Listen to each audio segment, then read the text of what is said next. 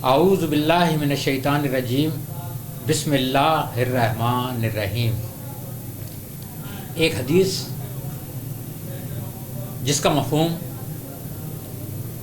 ماہ رمضان میں ایک بار الحمدللہ پڑھنے سے اللہ رب العزت 1,00,000 مرتبہ الحمدللہ پڑھنے کا ثواب عطا فرماتے ہیں، اور ایک بار درود شریف پڑھنے سے 1,00,000 مرتبہ درود شریف پڑھنے کا ثواب عطا فرماتے ہیں۔ سبحان اللہ، سبحان کیا برکتیں اور فضیلتیں ہیں ماہ رمضان کی کہ اللہ تعالیٰ ہر نیک کام کے اجر کو کئی گنا زیادہ کر دیتے ہیں۔ ناظرین، پروگرام ماہ سیام اور احساس کے مہمان کے ساتھ میں یعقوب رشید آپ کی خدمت میں حاضر، اور آج میں ایک ایسی شخصیت سے آپ کو ملوا رہا ہوں جن کا تعلق شوبز سے ہے، فن اداکاری سے ہے، اور حیدرآباد کی ایک معروف تنظیم سے بھی ان کا تعلق ہے۔ تو آج کی شخصیت ہیں ولی محمد بھٹی صاحب۔ السلام علیکم ولی محمد بھٹی صاحب۔ وعلیکم السلام بھائی۔ آج کیسا محسوس ہو رہا ہے بھٹی صاحب آپ کو احساس کی محفل میں تشریف فرما ہو کر؟ بسم اللہ الرحمن الرحیم۔ یعقوب بھائی، بہت آپ کی مہربانی، شکریہ آپ کا اور پوری ٹیم کا جنہوں نے مجھے آج ٹائم دے کر اپنے پاس بلایا، اور بہت اچھا لگ رہا ہے ماشاءاللہ۔ آپ کے یہ سارے پروگرام میں دیکھتا ہوں، تقریباً جتنے بھی مہمان آپ نے بلایا ہے اور میں نے ان کا انٹرویو دیکھا ہے، بہترین پروگرام آپ کا چل رہا ہے۔ اللہ تعالیٰ آپ کو اس میں اور برکت ڈالے، بہت اچھی بات چل رہی ہے، بہت اچھا ہے جی بھٹی صاحب، چونکہ ہمارا پروگرام ماہ رمضان کے تعلق سے ہے تو لہٰذا ہم کچھ نہ کچھ اس ضمن میں بھی سوالات کرتے ہیں۔ تو ہمارا پہلا سوال یہی ہوتا ہے بھٹی صاحب کہ آپ نے پہلا روزہ کب رکھا؟ وہ کچھ یادیں، اس کی دھندلی یادیں یہ ضرور ہوں گی آپ کے ذہن میں، کب رکھا، کن حالات میں رکھا، کیسے گزرا وہ روزہ، کچھ شیئر کیجیے ہمارے ناظرین۔ بالکل ماشاءاللہ۔ یعقوب بھائی، اصل میں میرا جو تعلق ہے جس گھر سے، جس خاندان سے، الحمدللہ میرے والد صاحب جو تھے نا، بہت دیندار انسان تھے۔ اللہ تعالیٰ ان کو جنت میں اعلیٰ مقام نصیب فرمائے۔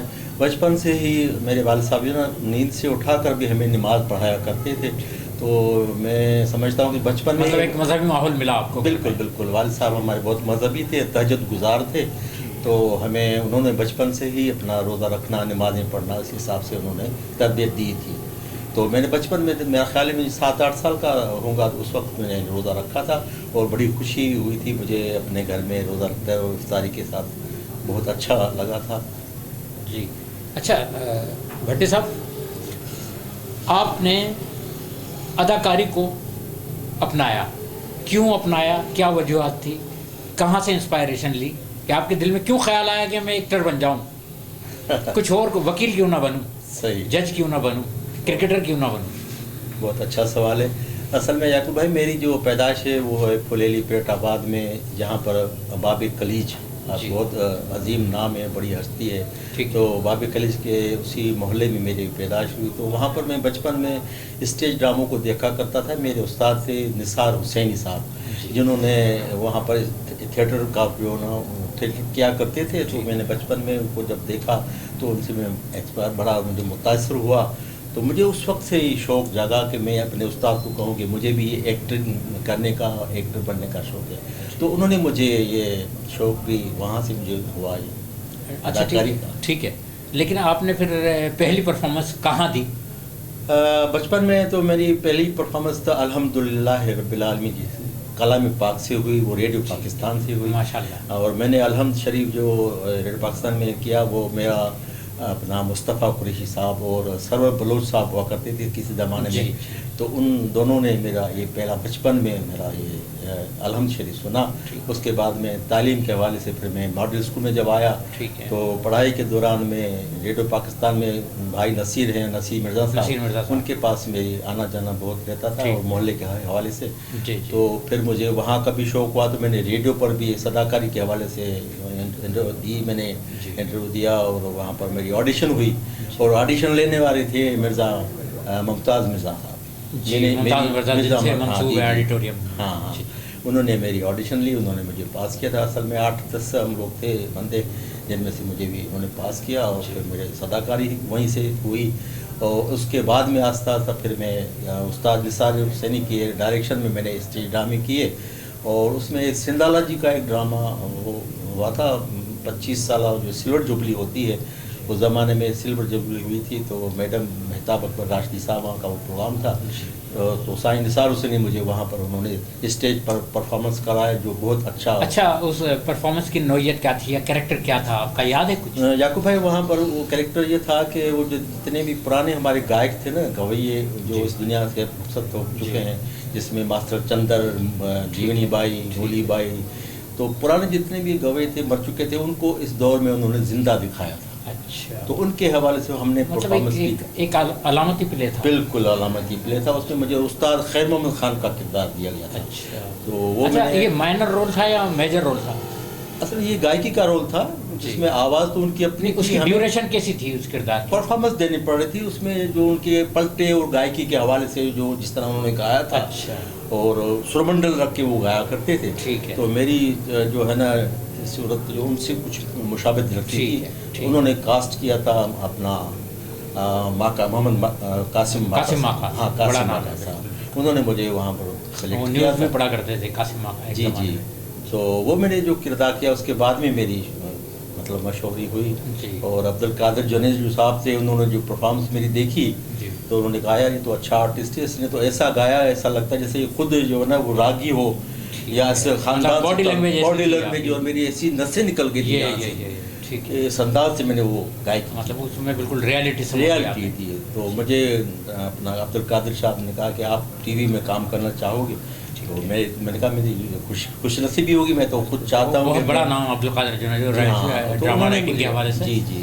انہوں نے مجھے بھیجا تھا. یوں آپ ٹی وی پہ پہنچے؟ ٹی وی پہ. اچھا, ٹی وی پر پھر پہلا ڈرامہ میں نے بیدل مسرور صاحب ان کی پروڈکشن بھی کیا تھا. تو میرا جو کردار تھا وہ بڈھے کا, ایک بوڑھے کا, اولڈ ایجر. تو وہ بھی اچھا میں نے کیا. انور سولنگی صاحب کے ساتھ میرا ماشاءاللہ, وہ تو بہت بڑا نام ہے سولنگی. تو اس حوالے سے میں پی ٹی وی کا بھی بہت پرانا آرٹسٹ. اچھا, پی ٹی وی پر کتنے تقریباً پلے کیا آپ نے؟ مطلب 12-13 تو کیے ہوں گے. اچھا, کوئی اس میں سے اردو کا پلے کرنے کا موقع ملا؟ میں نے کوشش تو کی تھی, لیکن وہاں پر اسکرپٹ بڑھ چکے تھے. اچھا اچھا. قاسم جلالی صاحب کے پاس میں پہنچا تھا, تو انہوں نے کہا بیٹا اس وقت تو حیدرآباد سے آپ آئے ہو, ہمارے لیے آپ کے لیے بڑی عزت ہے, لیکن اس وقت اسکرپٹ میں بانٹ چکا ہوں, نیکسٹ ٹائم. تو مجھے اس میں نہیں ملا چانس. اچھا, پھر آپ حیدرآباد اسٹیج کی طرف کیسے راغب ہوئے؟ بس اسٹیج پہ پھر میرے استاد نے کام دیے, استاد نثار حسینی کے تھرو میں نے کہا. اچھا, پہلا ڈرامہ بتائیے, باقاعدہ ایک فیچر ڈرامہ. پہلا ڈرامہ میرا ماحول تھا جو میں نے سن میں کیا تھا. اچھا. ہاں, وہاں پر میلے میں یونس ثنائی میرے ڈائریکٹر نے, یونس ثنائی, اس کا میں نے پہلا ڈرامہ کیا تھا ماحول, جس میں میڈم نجمہ کاش صاحب ان کے ساتھ میرا تھا. اس کے بعد میں منظور دانش نے کروایا سجاول میں, تو منظور دانش کا بھی میں نے پلے کیا تھا, اسٹیج پلے, پرانے پلے تھے. تو اس سے پھر آہستہ آہستہ مجھے چانس ملتا گیا, میں نے اسٹیج کیا. اصل میں میری ویسے پیشہ ورانہ جو ہے, میں تھا سویگیس کمپنی میں امپلائی تھا. تو میرا ٹائم بہت کم دیتا تھا. وہاں پر وہ مطلب ڈیوٹی ٹائم بہت زیادہ ہے. تو پھر بیچ میں میرے ساتھ گھریلو مسئلہ ہو گیا تھا, میری وائف کے کڈنی فیل ہو گئی تھی, کڈنی فیلیور. تو اس میں مجھے کراچی آنا جانا, تو میں نے ٹائم بہت کم دیا تھا اسٹیج کے والے. تو میں غائب رہا, تقریباً 20 سال تک میں غائب رہا اس چیز سے. اب میں آیا ہوں دوبارہ اپنے ہوا کے حوالے سے. میں ہوا. اچھا, ہوا کیسے جوائن کی, ذرا اس کا احوال بتا دیں. یہ میرے بھائی ہیں جناب اسرار لغاری صاحب, جانا مانا نام ہے. جی. تو میرے پڑوسی بھی ہیں, اور میرے محسن ہیں ماشاءاللہ, انہوں نے مجھے اپنا ہوا میں آفس سیکریٹری کے حیثیت سے مجھے یہ پوسٹ دی. اور میرا ایک جذبہ تھا کہ میں خدمت کروں, ٹھیک ہے, آرٹسٹوں کی, انسانیت کی خدمت کروں. بے شک ہوا خدمت کر رہی ہے. ہاں, تو میں اس میں شامل ہو گیا, اور اب ہوا کے ساتھ ہوں, اور ہوا کے لیے بھی میں کام کر رہا ہوں. اور الحمدللہ اب آج کل تو سوشل میڈیا پہ بہت کچھ دیکھا جا رہا ہے, ہم لوگ بیٹھتے بھی ہیں. کل بھی ہمارا بالکل لائیو پروگرام چلا تھا ہوا کے حوالے سے. تو میں بھائی اسرا کا بھی بہت ممنون اور مشکور ہوں ان کا, اللہ تعالیٰ خوش کرے رکھے. اچھا, ہوا کے لیے آپ نے ہوا کے بینر تلے جو کچھ ڈرامے کیے ہیں ان کا؟ ہوا کے بینر میں ویسے اسرا بھائی کے